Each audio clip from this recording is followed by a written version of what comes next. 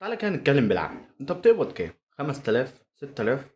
طب مثلا الشركات بقى اللي بره زي فيسبوك وتويتر وجوجل، الناس دول بيقبضوا كام؟ اقول لك انا مثلا عندك من 15000 ل 10000. طب هل بقى بيقبضوا بالجنيه ده كده؟ يعني لا، ده كده بيقبضوا بالدولار كمان، وزيادات مستمرة، وكل مرة بيبقى اسعارهم اعلى من الاول. نيجي بقى نسأل هنا، اقول لك مين احسن؟ طبعا هنا هتتحسر على نفسك وتقول لي اكيد هم يا عمي، واحنا مش عايشين، واحنا. لا، انت دلوقتي حالك احسن من اكتر من 100 الف موظف من جنسيات مختلفة شغالين في الشركات العالمية ديت. وتعالى افهمك ايه اللي حصل في المصيبة ديت. ومعاكم مصطفى من قناة بلاك سنت.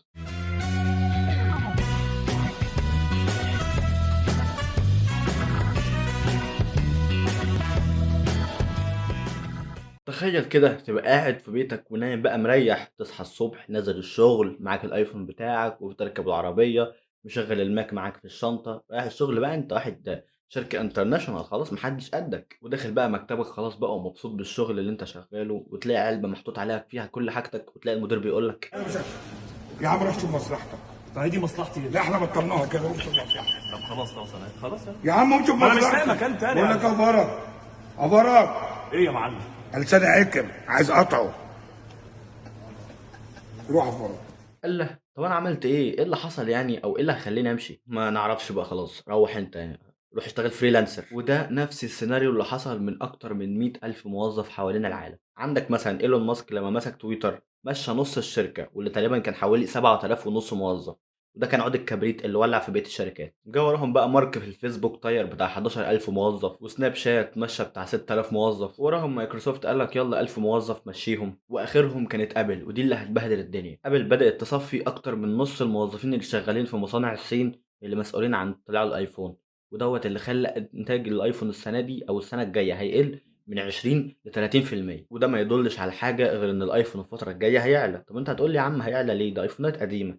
بص، هو انت اللي هيحصل ان ال14 هيعلى، طالما ده عِلي فخلاص اخواته كلّهم هيعلوا، وده اللي قُلته لك الفيديو اللي فات. لو لسه ما شُفتوهوش، شوف الآي اللي هنا أو الآي اللي هنا. بس ده ما يمنعش برضه اللي هم بدؤوا يدوّروا على حل، وهيبدؤوا يعملوا مصانع من الهند. يعني هم غالبًا كده هينقلوا مصانعهم من الصين للهند، وشوية كده والإنتاج هيستقر تاني. بس الفرق هنا بدل هتبقى صنع في الصين هتبقى صنع في الهند، مش حاجة يعني. بس المهم يعني هيحصل فترة كده الآيفون هيتبهدل فيها، عشان كده قُلت لك اشتري النهارده قبل بُكرة. وفي صفحات كمان برّه في أمريكا بتقول لك إن في أكتر من 50,000 موظف شغّال في التقنية نام في البيت هو كمان. ده بقى ما يحسسكش بخطر؟ اقربها مثلا كده الكورونا اللي قعدتنا كلها في البيت، ما يحسسكش كده بشويه خطر انك تطور من نفسك وتخلي عندك كده مهاره تانية تبقى جنب شغلك الاساسي؟ لان شغلك الاساسي كده كده مش مضمون، لان كمان انت اصلا هنا دلوقتي انت في ميزه عنهم اصلا. انت لو عرفت تزنق نفسك في شغلانه بره ولو عملتها ب 100 دولار بس هتطير بيهم السقف. اهو اقل حاجه كده في كده جبت لك 2000 جنيه في قمه الروقان بالنسبه لك. يعني ما علينا من الحوار دوت، هيبقى لنا قاعده فيه بعد كده. نيجي نسأل بقى السؤال اللي جه في دماغ كل واحد بيتفرج أكيد، وهو ليه كل ده حصل؟ وليه ده يحصل أصلا؟ ليه شركات بالحجم دوت وبالقوة ديت تسرح كل الموظفين دول وهي حاجة بسيطة قد كده، وهي الأزمة الاقتصادية؟ تعال نحلل الموضوع كده واحدة واحدة. الموضوع مرتبط من ساعة أيام الكورونا،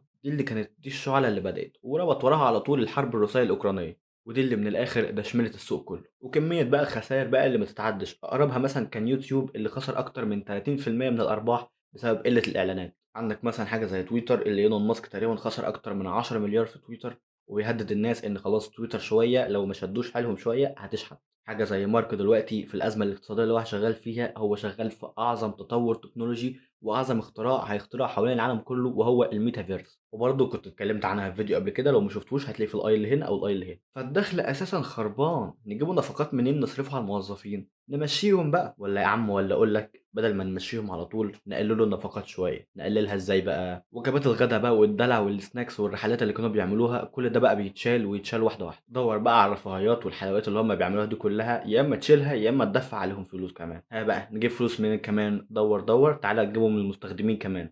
دفع المستخدمين فلوس. اقربها مثلا كانت التويتر والعلامه الزرقاء اللي هيدفعوا عليها فلوس شهريه. عندك مثلا اليوتيوب اللي كان مجاني اكتر من 20 سنه، ودلوقتي بقى بيعمل بريميوم واوليان فانز وعشان يدم اي فلوس وخلاص. خلاص يابا الدنيا بايظه، لازم تطلع فلوس. اقصر بقى وطلع فلوس من اي حته. الرأسمالية بمعنى اصح يعني، والاحتمال يبقى ليها فيديو مخصص كمان. خلاص بقى مفيش اعلانات، مفيش مسوقين، مفيش حاجات بتنزل جديده. عندك بقى الموظفين بره بيبقوا رانكات من كفاءه بقى وانتاجيه واقدميه واهميته في الشغل بتبقى عامله ازاي. كل دي بتبقى رانكات بتتحدد بره على الموظفين. تعال امسك بقى اقل رانكات ديت واقل موظفين في الشركات، دب مشيهم كلهم، وهات بقى مرتبك ده نوفره عندنا احسن. هتخنقنا. طب ففكرك كده، مين بقى اللي بيمشي من الموظفين؟ هل بيمشي اي حد؟ والّا في شغلانات معيّنة هو اللي بيستهدفها يمشّيها؟ الأغلبية كلّها كانت بتبقى marketing، sales، تنظيم إعلانات، الناس بقى بتوع مثلًا الcall center والحاجات دي. الأشغال كلّها اللي بيبقى وراها target أو ليها مثلًا عدد مكالمات معيّن، عدد إعلانات معيّن.